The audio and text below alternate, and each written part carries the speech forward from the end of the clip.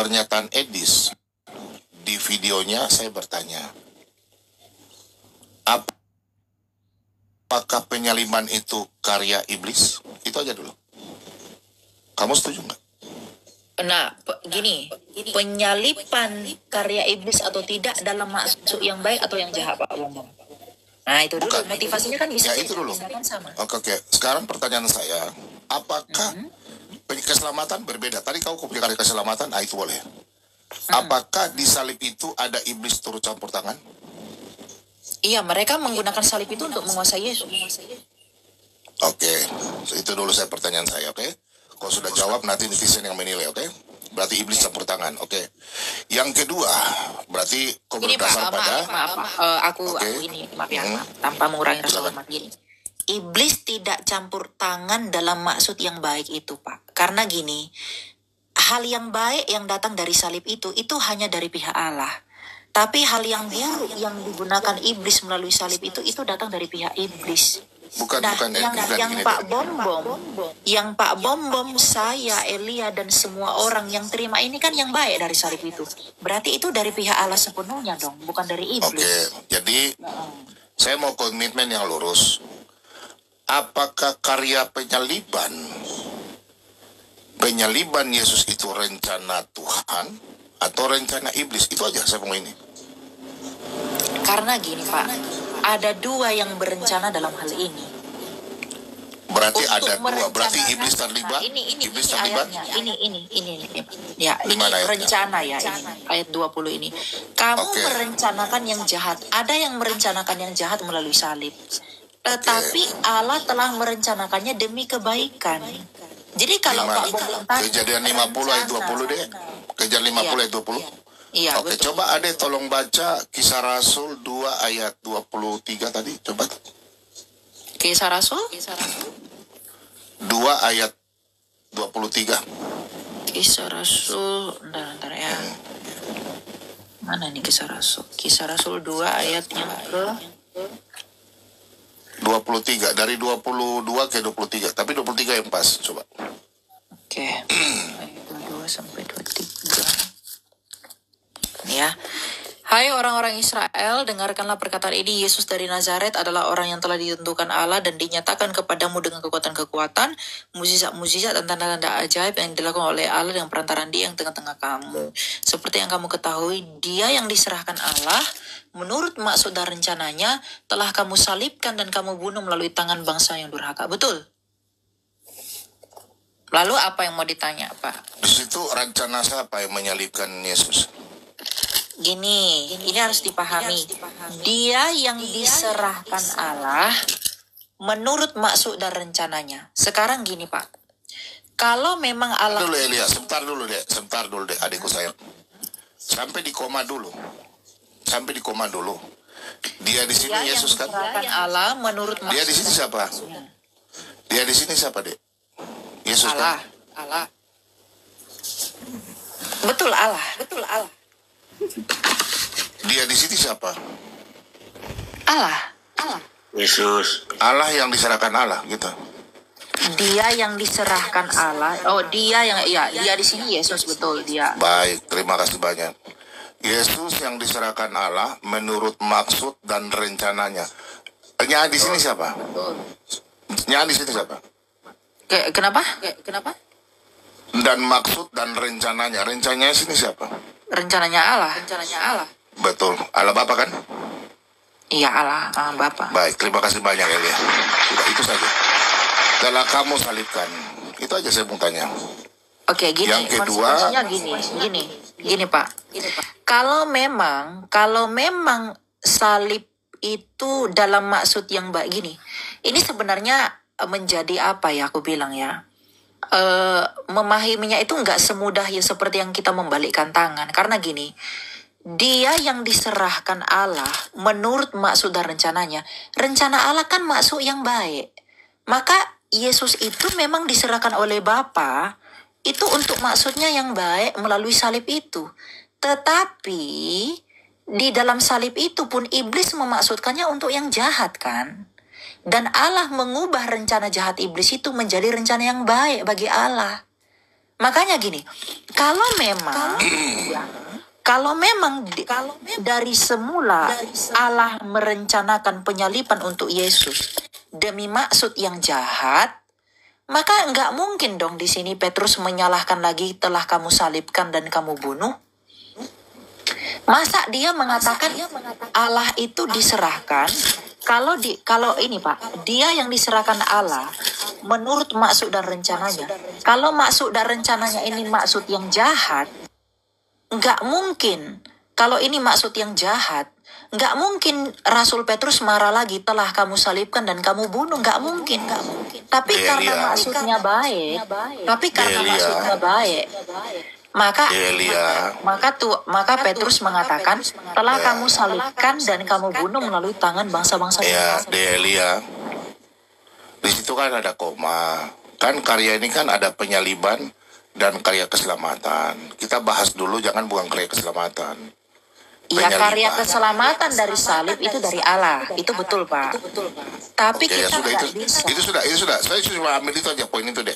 Saya cuma pengakuanmu itu aja. Saya nggak masalah.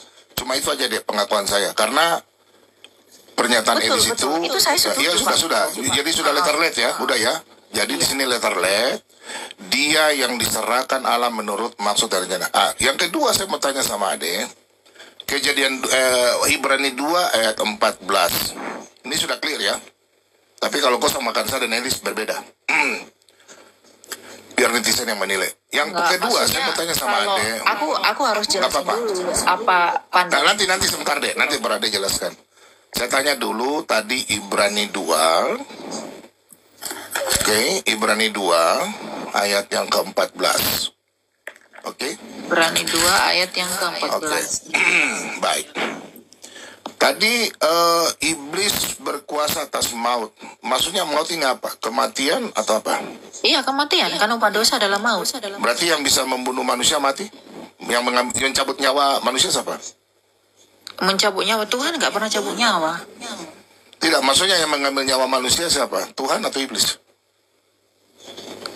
Kan kematian itu karena dosa, nggak ada dicabut nyawanya, Betul. Pak. Iya. Maksudnya kalau kita manusia, kalau orang tua kita meninggal, sebentar deh, orang tua kita kalau meninggal, yang mengambil nyawa kita siapa? Ya karena udah waktunya, bukan diambil. Karena udah waktunya mati. Ada Karena yang kita nggak percaya ada yang cabut nyawa, Pak. Nggak, maksudnya yang mengambil nyawa kita. Nggak ada yang mengambil nyawa kita. Nyawa kita ketika kita mati, kita percaya kembali ke Allah. Kalau kita nggak percaya, dosa kita menyeret kita ke alam maut. Ada ayat Alkitabnya yang memperkuat, ada itu? Ada. Karena kalau Tuhan mencabut nyawa, untuk apa dia ciptakan kita, Pak? Saya tidak bilang kalau mencabut pohon. Maksudnya itu begini deh. Kan tadi ada bilang, iblis itu yang mengambil nyawa, maut kan? Makanya saya tanya, maut itu maut apa? Semula, betul. Ya, dikatakan pembunuh apa? Kekekalan sehingga binasa manusia tidak selamatkan, atau masalah tubuh ini yang dibun-bun? Ya, tidak diselamatkan dong, karena kan dia yang berarti iblis ini Adam dan Hawa. Iblis ini bukan membunuh raga ya, bukan. Ya, membunuh raga dan membunuh jiwa. Membunuh raga dan membunuh jiwa. Dia ingin membunuh jiwa manusia ketika terpisah dari Allah dengan dosa itu. Contohnya gini Pak, Adam dan Hawa. Iblis itu menghasut Adam dan Hawa itu karena iblis ini pengen dia binasa kan. Tapi ketika dia jatuh dalam dosa, dia nggak langsung mati raganya. Saya tanya Edelia terakhir. Yang membunuh tubuh dan jiwa siapa? Yang membinasakan tubuh dan jiwa hanya Allah yang berkuasa. Baik, sudah diralat ya. Membunuh tubuh dan jiwa Allah, oke. Yang membinasakan, tetapi gini loh, jangan belajar teologi itu jangan kayak belajar matematika, nggak bisa. Artinya Elia jangan ajar saya. Elia nggak boleh begitu, Elia. Jangan ada bahasa kesombongan, enggak tadi saya. Enggak, itu bukan kesombongan, maksudnya gini loh. Belajar bukan Elia sebentar Elia, enggak apa-apa deh.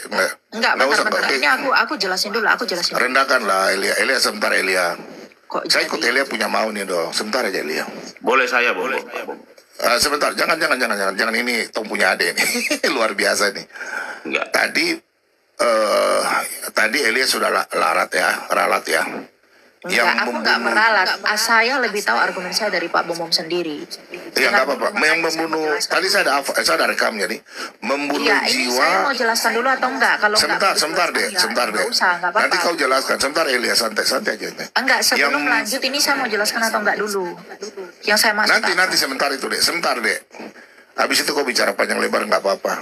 karena Membunuh konteks pembinasaan ini harus dipahami apa dulu. Ya nanti kau jelaskan. Saya cuma tanya sebentar, nanti bisa diam sebentar ya Lia ya. Jangan tanya gini. Kalau kita belum clear satu poin, etika diskusi itu kalau belum clear satu poin jangan lompat ke poin. Enggak, saya tanya Ibrani 2:14 loh deh. Iya, Ibrani justru 2:14. itu yang aku mau jelasin. Oh iya, kau jelaskan dulu. Oke, baik. Silakan. Keluar dari merunut diferensiasi dari ayat ini kan Pak Bom bilang. Kan sudah selesai penyaliban ya. Oke, sekarang masalah ini Ibrani 2:14 silakan. Nanti aku simpulkan. Bentar. Ini kan tadi kan dikatakan kan Pak Bom tanya, berarti siapakah yang bisa siapakah iblis itu mau membinasakan tubuh atau jiwa? Membinasakan tubuh atau jiwa. Iblis itu pengennya manusia itu binasa. Karena keinginan iblis itu manusia itu terpisah dari Allah. Nah, sedangkan yang Pak Bom tanya, siapakah yang bisa membinasakan tubuh atau jiwa? Itu dalam pengertian otoritas yang daripada Allah. Jadi beda. Kalau yang berkuasa secara real untuk membunuh, untuk membinasakan tubuh maupun jiwa itu hanya Allah. Tapi Allah nggak pernah menginginkan kita untuk binasa, Pak. Nah, iblis ini ingin membinasakan kita dalam keinginannya. Artinya, kehendak iblis itu ingin membinasakan manusia. Tapi kehendak Allah nggak mau manusia itu binasa, meskipun Allah bisa membinasakannya. Gitu loh. Jadi ini clear kan? Jadi jangan nanti seolah-olah dari Pak Bom potong-potong argumen saya, orang-orang berpikir bahwa saya ini menyamakan Allah dengan iblis. Itu tidak fair. Ya, jadi dalam artian kalau Allah itu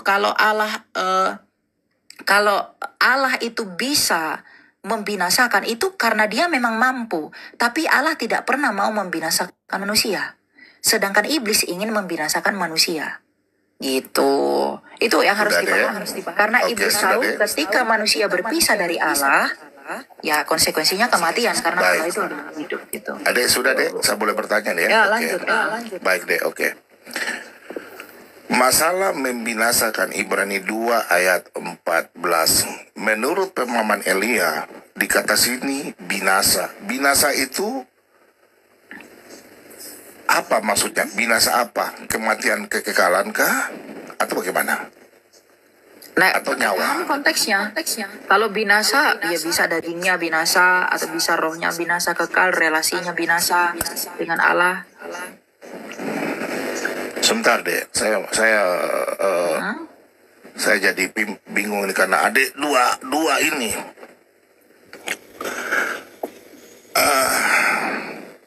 Coba adik tolong fokus pertanyaan saya. Ibrani 2 ayat 14 itu binasa itu untuk kematian kekekalan. Iblis dia membawa manusia itu masuk binasa sama-sama dengan dia sesuai dalam Wahyu 20 ayat yang ke 10 sampai 15. Kematian itu. Makanya Yesus kan membawa kita untuk hidup yang kekal itu. Nah, apakah di sini pemahaman Elia binasa ini adalah mengenai tubuh atau kebinasaan kekal atau bagaimana? Ya, kebinasaan tidak diperdamaikan dengan Allah. Makanya kita baca ya. Ayat 15 dan berikutnya. Berarti kebinasaan. Ya, kebinasaan ini maksud ini ketika terpisah dari Allah, Pak. Ya. Berarti setuju. Ia membebaskan pula mereka yang seumur hidupnya berada dalam perhambaan karena takutnya kepada maut, sebab sesungguhnya bukan malaikat-malaikat yang ia pedulikan, tetapi keturunan Abraham yang ia pedulikan. Itulah sebabnya dalam segala hal ia harus disamakan dengan saudara-saudaranya, supaya ia menjadi imam besar yang menaruh belas kasihan dan setia kepada Allah untuk mendamaikan dosa umat. Jadi kebinasaan yang dimaksud di sini adalah ketika terpisah dari Allah itu. Karena hidup itu hanya ada pada Allah, toh. Makanya ketika Tuhan bilang, ketika manusia jatuh dalam dosa, ketika engkau memakannya pastilah engkau mati. Mengapa Tuhan bilang ketika engkau memakannya pastilah engkau mati? Tuhan mau bilang, Kalau kamu tidak mengasihi aku, pastilah engkau terpisah dari aku.